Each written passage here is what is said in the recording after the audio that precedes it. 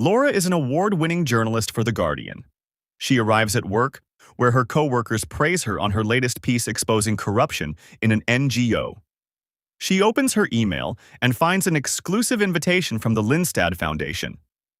Just then, her boss, Rowan, asks Laura to come into her office. Rowan gently asks how she is doing. With a heavy voice, Laura says, "They drowned the informant in the NGO case." Rowan nods and asks Laura to take some time off, but she insists on working and shows the invitation she received. She explains that Anne Lingstad, a wealthy Norwegian shipping heiress with stage 4 leukemia, and her husband, Richard, are taking the board members on their new yacht for a 3-day voyage to attend a fundraising gala in Norway in Anne's honor. They invited Laura to cover the story. Rowan looks unconvinced, but Laura assures her it will be the break she needs. The next day, Laura boards the yacht, Aurora Borealis. Before entering, a steward, Carla, tells Laura to remove her shoes before going in, and there, Laura meets a wealthy socialite named Adam Sutherland. Then Carla informs Laura that she will be staying in cabin 8 and tells Dr. Robert he is assigned to cabin 2. Laura and Robert introduce themselves, and she learns that he is Anne's doctor. Later, Laura is stunned to find her ex, Ben, aboard the yacht, capturing photos of the very event she's covering. They once worked side by side. He tries to strike up a conversation, but Laura keeps her distance. Sometime later, the stewards leads the guests to their cabins. While on the way, Adam introduces Laura to Heidi, who runs an art museum in Mayfair. Adam tells Heidi that Laura will be spying on them. Heidi understands and says, "Oh, Richie's journo." Then Heidi's husband Thomas joins them. An hour later, Laura settles into her room as the yacht sails toward Norway. As the boat starts to move, a burned cigarette stub rolls from a nearby balcony toward her, so Laura throws it in the garbage. That evening, Richard thanks his board members and friends for coming. He expresses gratitude for their considerable donations, which will go to people who cannot afford private treatments. He admits that his wife's health is not good after traveling, but assures them they will all meet her the next day. Richard then announces that he invited Danny, a popular musician, to make their stay even more magical. He spots Laura and thanks her for coming. She nods in acknowledgement. He then goes to assist Danny as he boards the yacht. Night falls, and Laura finishes getting ready for the party while chatting with Rowan. Just as she is about to head to the party, she spots Richard and quickly ducks into nearby cabin 10. Inside, she finds a blonde woman and quickly apologizes for barging in. At the party, Laura feels overdressed compared to the modestly dressed guests. She apologizes nervously, but Heidi reassures her that she looks good, and Ben also compliments her. As dinner progresses, Sigrid, the head of security, informs Laura that Mrs. Lingstad would like to see her after the meal. After dinner, Sigrid leads Laura to a library and asks her to wait. Moments later, Anne enters. Laura thanks her for inviting her, and Anne responds that it is a pleasure to have her. She explains that she has been following Laura's work closely and personally invited her because she has a knack for giving voice to the voiceless. Suddenly, Anne starts coughing violently. She tells the concerned Laura that she recently stopped taking her medication, as she didn't want to depend on drugs anymore. Anne then asks Laura for her opinion on a speech she wrote, which she plans to deliver at the gala, admitting that her brain is not what it used to be. After reading the note, Laura asks, "Are you going to give all your money away?" Anne wistfully replies that she is giving back what they took over the years, and that the foundation will be entrusted to people far smarter and kinder than her and Richard were. Laura is impressed. Anne adds that she would like to continue refining the speech tomorrow, and Laura agrees. As Laura comes downstairs, Ben emerges from his cabin. Teasingly, Laura asks if he's working late. He replies no, but offers that he can if she wants. Laura simply tells him she doesn't make the same mistake twice, but admits, "You were a good mistake." Ben apologizes to Laura, saying, "I'm sorry I was a dick in the end." She just smiles. Later that night, Laura jolts awake from a nightmare. She hears a loud noise nearby. Stepping out onto the balcony, she hears a splash and sees a woman floating in the water. Then she notices a bloody palm print on the glass divider. Laura immediately notifies Carla, and a mayday call is declared. Sigrid asks who she saw in the water. Laura replies, "I don't know." It was only for a second. I assume it's the blonde woman next door from the cabin 10. Carla checks every room to ensure all guests are present. And indeed, everyone is accounted for. Eventually, the news reaches Richard, who comes down as Laura once again explains what happened, like how she had met the blonde woman earlier in cabin 10. The captain interrupts, saying that no guests are staying in cabin 10, as the person scheduled to arrive canceled 2 days ago. Laura mentions the blood on the glass, but it now seems to have vanished. She also points out that the woman had been smoking earlier and checks the waste bucket, only to find it empty. Carla explains that they empty the buckets in each room every 2 days. The captain calls off the search, much to Laura's frustration, and cabin 10 is locked. The next day, Laura approaches Richard, asking to see his crew to figure out if the blonde woman she saw could be one of them. Richard obliges. Laura examines the crew but doesn't find the woman she's looking for. Disappointed, she heads to the library and asks Anne if they can continue their conversation from yesterday, but Anne explains she'd like to rest, as her medicine has worn her out. Later, Laura vents her frustration to Ben, saying everyone thinks she's crazy. She points out that she actually spoke to the blonde woman. An idea strikes. She takes Ben's laptop to check the photos, reasoning that the woman must have been photographed if she came to the yacht. As she scrolls further, Ben tells her that the photos aren't from the boat, but she keeps looking and eventually finds the woman. Laura shows the photo to Richard, insisting that this is the woman who was staying in cabin 10. Ben clarifies that the photo was taken at Adam's party months ago, but both Adam and Richard deny ever seeing her.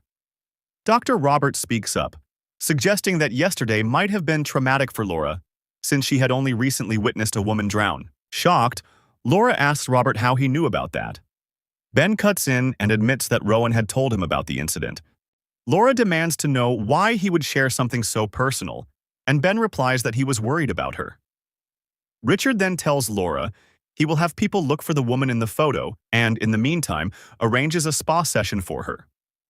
After the spa, Laura takes a bath and notices that someone has written "stop" on the bathroom door. She asks the worker if anyone entered her bathroom, but the employee says she didn't see anyone, as she had gone to the laundry room. Just then, Adam comes out of the sauna. Laura asks if he's been in her room. He replies no. Laura then notices a security camera and asks the crew if she can review the footage. They tell her it's turned off for guest privacy. While showering later, Laura spots her hair in the drain. Thinking quickly, she takes a Ziploc bag and climbs into cabin 10. Inside, she examines the drain and finds a lock of hair. Then, Laura rushes to Ben, insisting she is not crazy. Holding up the hair, she says, "They said nobody has been in that cabin, right? This is the maiden voyage. If no one was here, whose hair is this? Whoever it belongs to." They went overboard. Ben tells her to wait for the next 32 hours. If Sigrid doesn't find the woman by then, he will accompany her to lodge a formal complaint. He warns her not to anger the other guests in the meantime. Laura secures the evidence she found in the sink drain. At lunch, Richard gives a heartfelt speech about Anne, who ends up tearing up in the middle. Later, the group heads out for whale watching. Laura uses this opportunity to ask the crew about the blonde woman, but they all deny having seen her. She thanks them and heads out. As she's about to head to her cabin, she's stopped by Robert, who suspiciously asks why she is coming from the crew's staircase. Laura tells him that she wanted to explore the yacht fully. Robert advises her to enjoy the peace while it lasts and leaves. Back in her room, Laura finds the evidence is still safe. She notices a button on the floor and, suspicious, puts it in the Ziploc bag with the hair, then stashes it in her coat. Later, as Laura relaxes on the deck, someone suddenly pushes her into the pool and the cover goes over her. She fights for her life until guests notice her. Ben asks what happened, and Laura explains that someone pushed her to silence her. She notices a missing button on Robert's cuff and asks Sigrid about her coat. She tells her it's in the laundry room along with her other belongings. When she asks for the Ziploc, they tell her there wasn't any Ziploc bag in her belongings. Ben joins her, and Laura accuses him, saying only he knew about the hair and that the culprit went through her coat. Ben admits that he told others about the hair evidence as a way to defend her, since everyone thinks she's crazy. Laura tells him to stay away. After this fiasco, Danny decides to leave the yacht to avoid scandal, and now everyone blames Laura for Danny's departure. That night, Laura hears a knock at her door and catches a glimpse of a hoodie, the same one the blonde woman from Cabin 10 was wearing when Laura first saw her. Laura follows her below deck and finally confronts the woman. She asks who she is and whether she was the one who pushed her into the pool. The woman denies it and warns Laura to back off or she will be killed. Frustrated, Laura lunges at her. To her shock, she realizes it is Anne. She knocks Laura down and locks her in a room. Moments later, Laura wakes up and tries to open the door, but it proves futile. She puts two and two together and realizes that the blonde woman is impersonating Anne. The woman returns, and Laura asks who she is, pointing out that she doesn't even know that Anne had stopped taking her medication, or about the appointment Anne had made with her. Laura concludes that the body thrown overboard that night must be Anne's, since Anne had planned to disinherit Richard, and he killed her. The woman explains that she didn't know Richard was going to kill Anne. She was hired to impersonate Anne for one day to sign the will, as Richard wanted his wife's foundation for himself so he could inherit all the money when Anne died. The woman reveals that Richard approached her via Facebook after using AI recognition software to find someone who resembled Anne. He also invited her to parties so they could become comfortable around each other. That night, however, Anne caught them in the act, and Richard killed her. The woman admits she's ashamed but says she only agreed to be part of the plan because she's poor and has a daughter to care for. Laura asks her name and she replies, Carrie. Laura tells her that after signing the will, Richard will likely kill her as well, and they need to work together. Carrie, however, locks the door and leaves. Later, Ben comes to check on Laura, but Robert stops him, saying that Laura needs to rest for a while after the traumatic experience in the pool. Hours later, Richard orders Robert to search everywhere for Laura and instructs him to get rid of her once he finds her. Robert hesitates, saying, Anne was one thing, to overdose a woman when she's dying, but now this is cold-blooded murder. Richard coldly reminds him that he has evidence of Robert overdosing Anne and could send him to jail. In the end, Robert reluctantly agrees to kill Laura. At midnight, Carrie visits Laura and tells her what she heard. Laura urges her to go to the police, but she tells Laura that they would arrest her for being an accomplice. Laura tells Carrie that Richard won't let her go alive, but Carrie brushes off the warning and says she'll leave the door open. Laura assures Carrie that she will stay safe until the will is signed. After that, she will be in danger, but vows that she will not let anything happen to her. On the final day, an announcement is made for boarding the boat to the gala's venue. Ben stops by Cabin 8, but Carla informs him that Robert gave Laura a sedative. As the guests board the boat, Ben backs out, deciding to stay behind to be with Laura. Meanwhile, Laura sneaks out, enters the library, and retrieves Anne's speech. She tries calling for help, but Robert finds her, holding a syringe. Laura runs, chased by two men through the corridor, and becomes cornered. Fortunately, Ben comes to her rescue, but Robert stabs him in the neck with the syringe. Ben tells Laura to run, but she is stopped by Robert. In a final struggle, Ben manages to choke Robert, but dies moments later. Laura jumps off the yacht and swims to the nearest shore, taking refuge in a small cabin. Meanwhile, Robert updates Richard that Ben was killed while protecting Laura. He also admits that Laura jumped into the water and will likely die in the cold. Richard orders him to get rid of Carrie after the gala.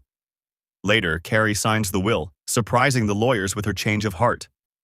Laura eventually reaches the gala venue and is spotted by Sigrid. She tells her that Anne isn't alive and that someone has been impersonating her. Laura reveals that the woman who went overboard that night was Anne, killed by Richard for trying to disinherit him. Laura hands the speech that Anne wrote to Sigrid. That evening, as Richard gives his speech, Laura interrupts, grabbing the microphone. Richard orders security to detain her, but Carrie commands them to let Laura speak. Laura tells the guests that this is the speech Anne intended to deliver this night and begins reading it. The letter explains how Anne wanted her wealth to be transferred into the Lindstad Foundation and controlled by an independent party. As Richard makes one last attempt to stop Laura from speaking, Carrie tells him to let her speak. Exasperated, Richard slips up and reveals that this is not the real Anne. He grabs a knife and demands that everyone back off. Using Carrie as bait, he flees to the speedboat. Sigrid fires at him from a distance, and Laura finishes him off, saving Carrie. The police arrive at the scene shortly afterward. A few days later, Laura publishes her article. Anne gets what she wanted. Richard's accomplices end up behind bars, and Ben's sacrifice helps uncover the truth. Laura also keeps in touch with Carrie.